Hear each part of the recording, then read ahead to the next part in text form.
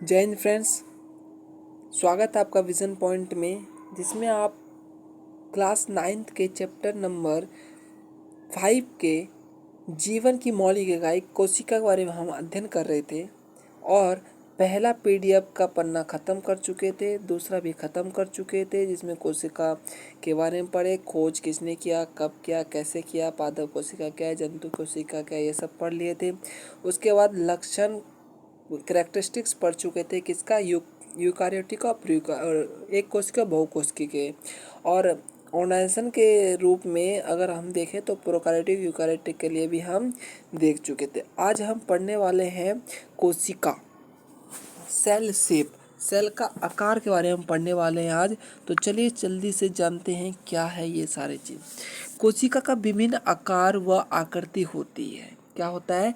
कोशिका का विभिन्न बहुत सारे प्रकार के आकार हो सकती है और आकृति हो सकती है। सामान्यतः कोशिका अंडाकार स्फेरिकल होती है। वे होती है लंबाकार तंत्रिका कोशिका, खंडाकार ब्रेस्ड और डिस्कोडिकल आरबीसी, ये तीन होती है। तो आपका कोशिका किस शेप का होता है? अंडा के आकार का। अंडा आप जानते हैं, आपका अंडा ऐसा होता है कुछ इस आकार का। आपका क्या होता है? कोशिका होता है। तो कोशिका आकार, विभिन्न जीवों की कोशिका विभिन्न आकार की होती है। कुछ कोशिका सूक्ष्मदर्शी होती है, जबकि कुछ कोशिका नंगी आंखों से देखी जा सकती है। इनका आकार 0.2 यूनोमीटर से 18 सेंटीमीटर तक होती है।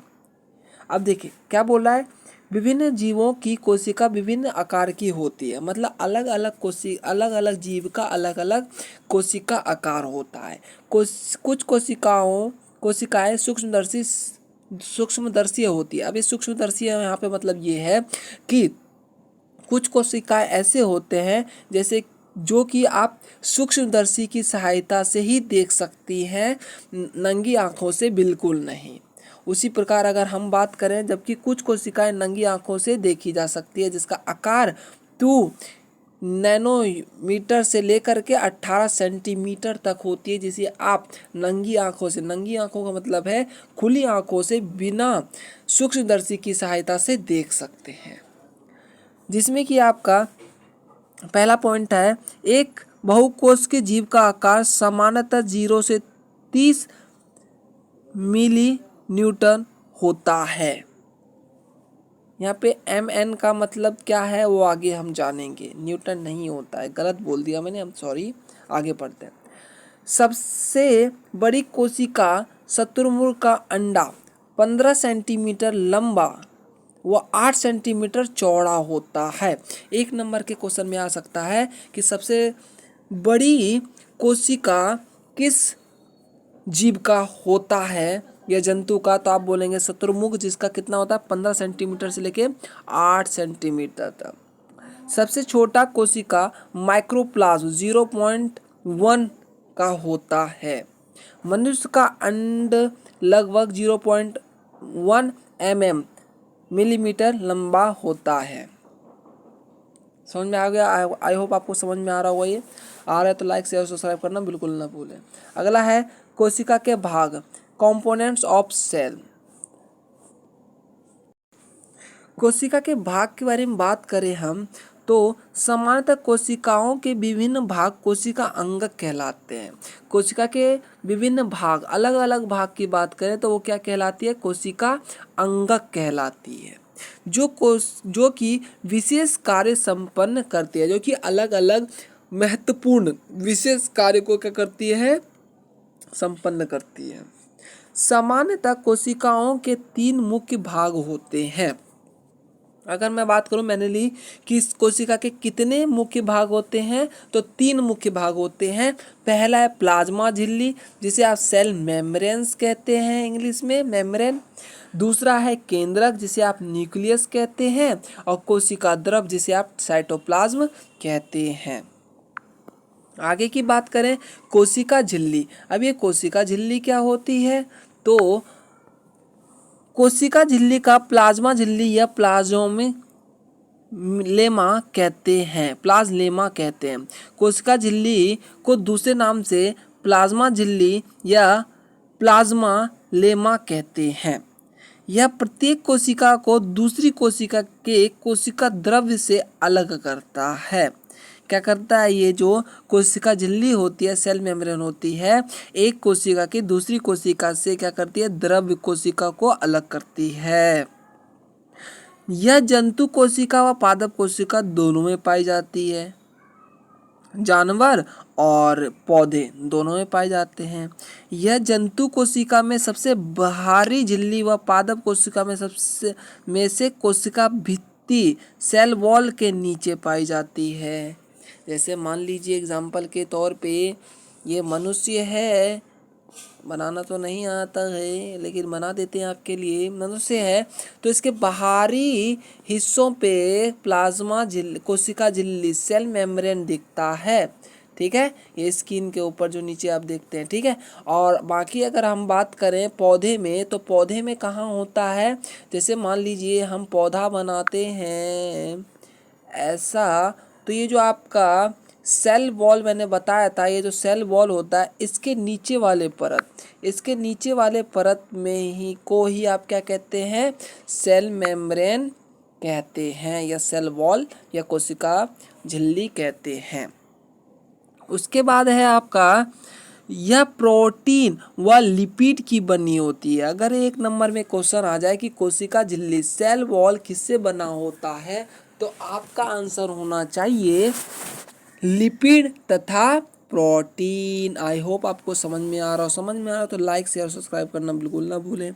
कोशिका झिल्ली वर्णात्मक परागमय झिल्ली सेलेक्टिव परमेबल मेम्ब्रेन्स होती है, जो कोशिका के अंदर या बाहर से केवल कुछ पदार्थ को अंदर या बाहर जाने देती है। देखिए, अगर आपसे पूछ ले कि कोशिका झिल्ली क्या बोलते हैं, कोशिका से का काम क्या होता है, तो आपका जवाब होना चाहिए कि कोशिका के अंदर व या बाहर से केवल कुछ पदार्थ को अंदर या बाहर आने जाने की अनुमति कोशिका झिल्ली के द्वारा ही दिया जाता है।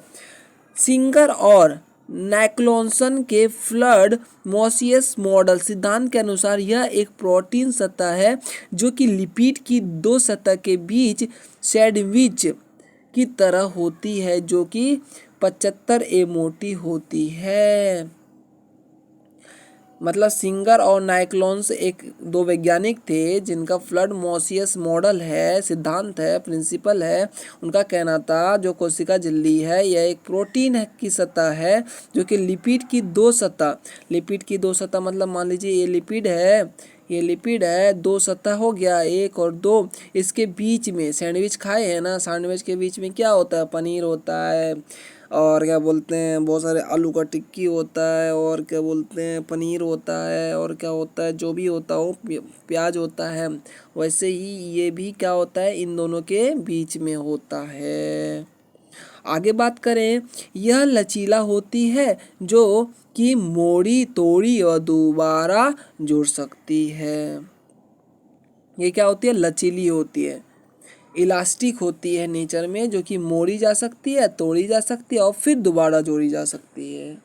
अब बात करते हैं प्लाज्मा झिल्ली की। किसकी बात करते हैं? प्लाज्मा मेम्ब्रेन की। प्लाज्मा मेम्ब्रेन की बात करें तो यह कोशिका के अंदर व बाहर अणुओं को आने जाने की अनुमति देती है। अगर आपसे कोई पूछ ले कि कोशिका झिल्ली का काम, प्लाज्मा झिल्ली का काम क्या होता है, तो आपका आंसर होना चाहिए कि अणुओं को बाहर आने जाने का अनुमति कौन देता है? आपका प्लाज्मा झिल्ली देता है। आगे बात करें, यह कोशिका के निश्चित आकार से को बनाए रखती है। कौन? प्लाज्मा झिल्ली। अगर आगे बात करें, प्लाज्मा झिल्ली के अंदर व बाहर अणुओं का आदान प्रदान यह दो प्रकार से होती है, विसरण और परासरण। विसरण और परासरण दो ऐसे विधि हैं जो कि प्लाज्मा झिल्ली के अंदर कोई भी बाहर का अणु अंदर और अंदर का कुछ पदार्थ बाहर आने जाने का अनुमति देती है। आगे बात करते हैं विसरण और परासरण क्या होता है। तो विसरण क्या होता है?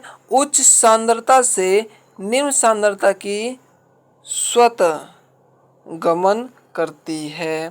परासरण क्या होता है? वर्णात्मक झिल्ली द्वारा जल विलायक के अणुओं के उच्च सांद्रता से निम्न सांद्रता की ओर गमन करती है।